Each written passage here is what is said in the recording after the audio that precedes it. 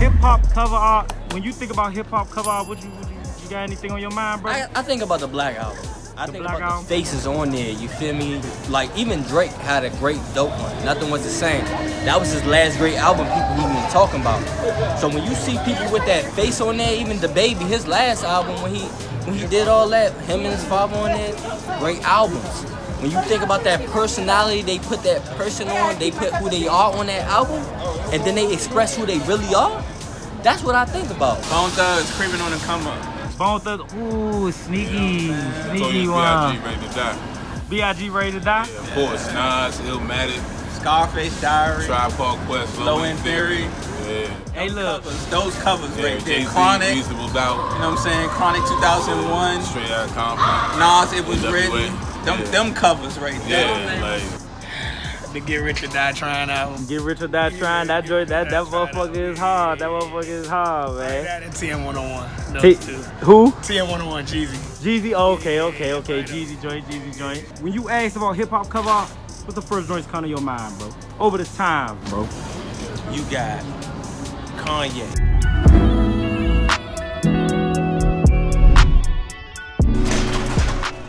The streets is out there talking. Welcome back to Uptown Alley Fashion. Your boy CJackCity here. We're here at Volume 3, the top 15 hip-hop album covers of all time. We at the top of the list, y'all. We at the top 5. About to get real unchy up here. Don't shoot me. I know the New Yorkers gonna shoot me for this. But coming in at number 5. Who the hell is this? Paging me at 5:46 in the morning. Crack of dawn. Now I'm yawning. Wipe the cold from my eye. See who's this paging me and why. 1994, the notorious B.I.G. hit the scene with his debut album, Ready to Die. All white album cover with a baby on there.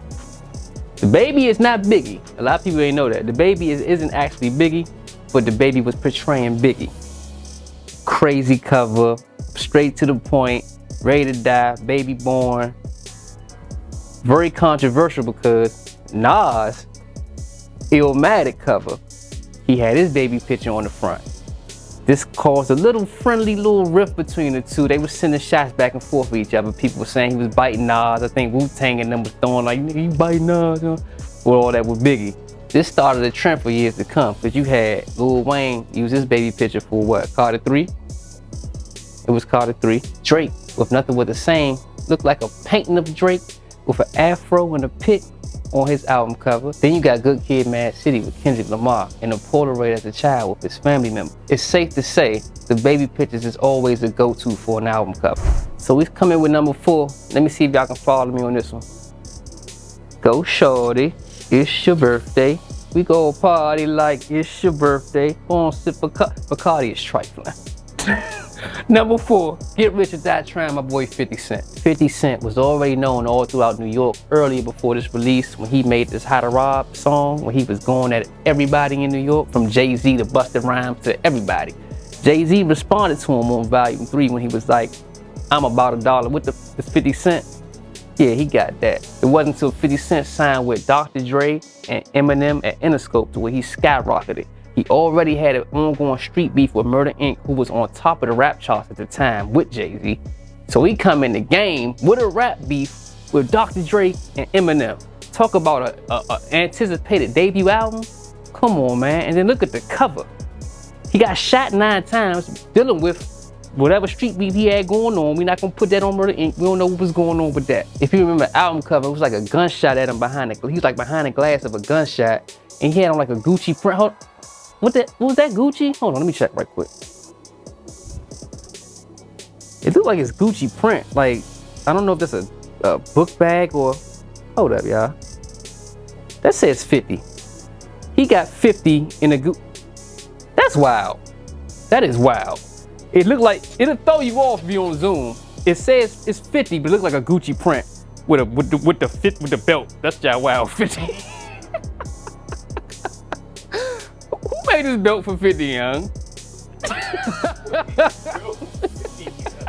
He just wanted to show his chest for real, cause and he had a do-rag on. He had to he just had to let everybody know he's from New York. We know you from New York, nigga.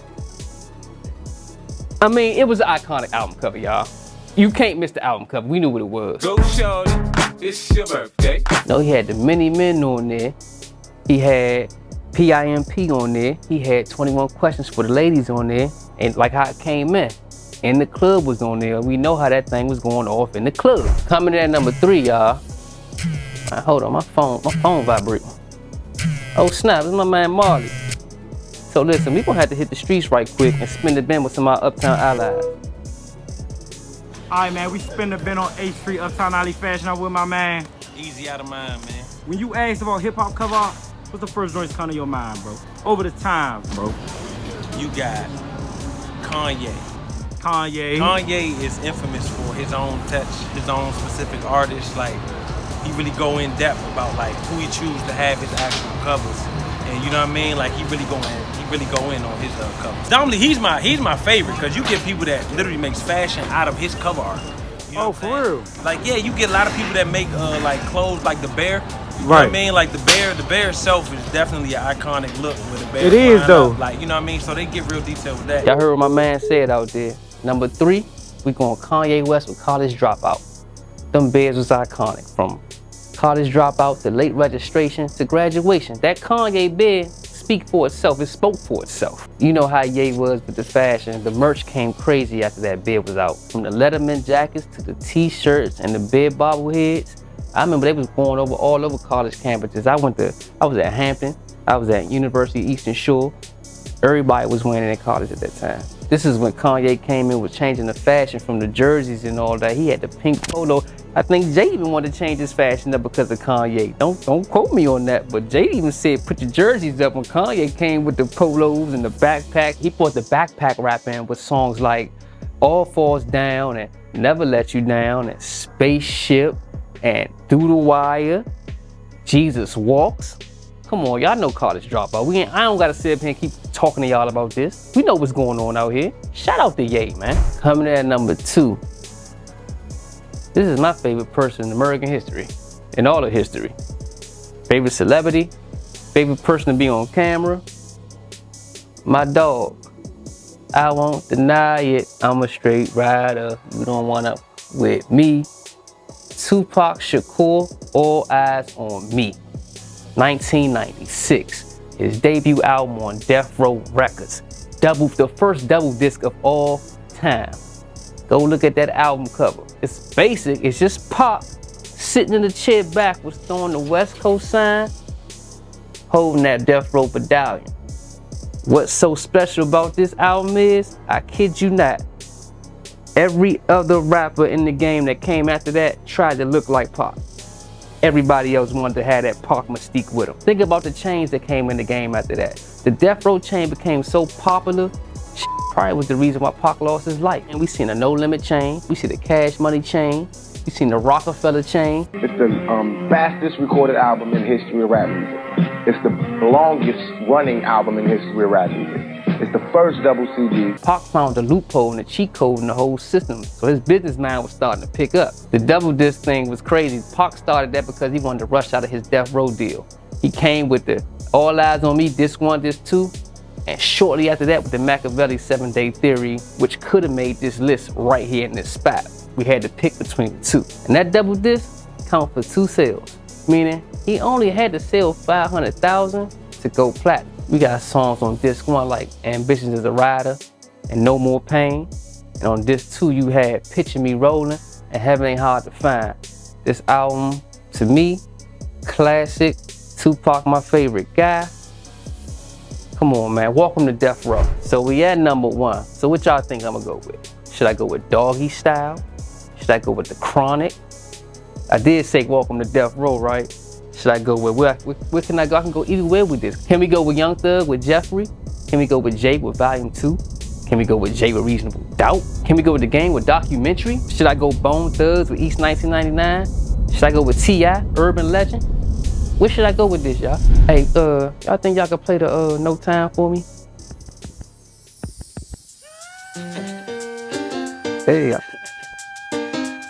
I got no time for fake niggas. Just sip some Cristal with these real niggas. Number 1 hardcore Lil Kim, man. In 1996, Lil Kim dropped her debut album. Man, she had Crush on You on there, Spend a Little Dough on there, you got Drugs on there, she got the Not Tonight regular version and the remix version with Left Eye and the Brat on there. And Lil Kim came in 96 with her debut album, straight thorough. Look at the cover. She on a polar bear rug with roses in the back. Look like she in the mansion if you look at the fireplace. And then she all feminine looking and the album title was Hardcore. Come on, man, that was just art. Everybody had this poster in their room, in their jail cell, in their college dorm, at work. I think inside the booklet was a centerfold of her. We know about the centerfold. Lil Kim started that whole sexy female with bars, the Nickies, the Cardis, the Lottos today, who else you got? You got the Megs. All that came from this album and this album cover. So I'm gonna let y'all know, the ladies took over rap years later, but it started from this hardcore album and that album cover. The producers on the album, man, she had Biggie, Stevie J, Jermaine Dupri, of course Diddy. It was recorded in the Hit Factory studio in New York City, legendary studio. Man, this album was notable for its overt, raunchy, sexual tone, as Kim's delivery, which was praised by music critics, is considered a classic album. It debuted at number 11 on the US Billboard 200 and number 3 on the Billboard's top R&B albums. How's it R&B if y'all say she was raunchy? That's weird, but that's the facts though. Man, Kim had all the wigs. You know, in the Crush on You video, she go from yellow to blue to red. Then she go to her little cameos in different videos. She got on the blonde wig. I know how Kim used to do, man. She brought the wig game to the game. We already know that. I don't know if y'all was aware, but Big Mama Thing on that album was originally a diss track towards Faith and Tupac. It wasn't until Biggie came in and was like, nah, we not doing that. And she had to re-record it and just make it all about her. Shout out to Lil Kim, man. Kimmy Blanco, the original Queen Bee. No shade to Beyonce, you still Queen Bee too, but she was Queen Bee in the 90s. Little Kim the Queen Bee, so you best take heed. Shall I proceed? I want to thank y'all for joining us on this journey through this list of top 15 hip-hop album covers of all time. I knew I threw a curveball at y'all. Y'all wasn't expecting that at number 1, but you can't tell me you disagree with that. Kim came with it. Her rollout was crazy. Biggie, Puffy, and everybody that was involved in Bad Boy that broke Lil Kim. Kudos to y'all, man. Y'all did a hell of a job with that. Slack time. All right, y'all know what time it is right now. If you're not an Uptown ally right now, what you doing? You gotta get on it. You falling behind. Slack time. Subscribe, like, and comment. Hit the notification bell. Hashtag UPTAF. Let's get it. What's up, y'all? Uptown Alley Fashion Hot Drop of the Week. My boy Key Glock, Young Dolph's little cousin, dropped a sequel to his 2018 mixtape Glaucoma 2. It got singles like From Nothing, Work, and Dirt. Go check out Key Glock, y'all.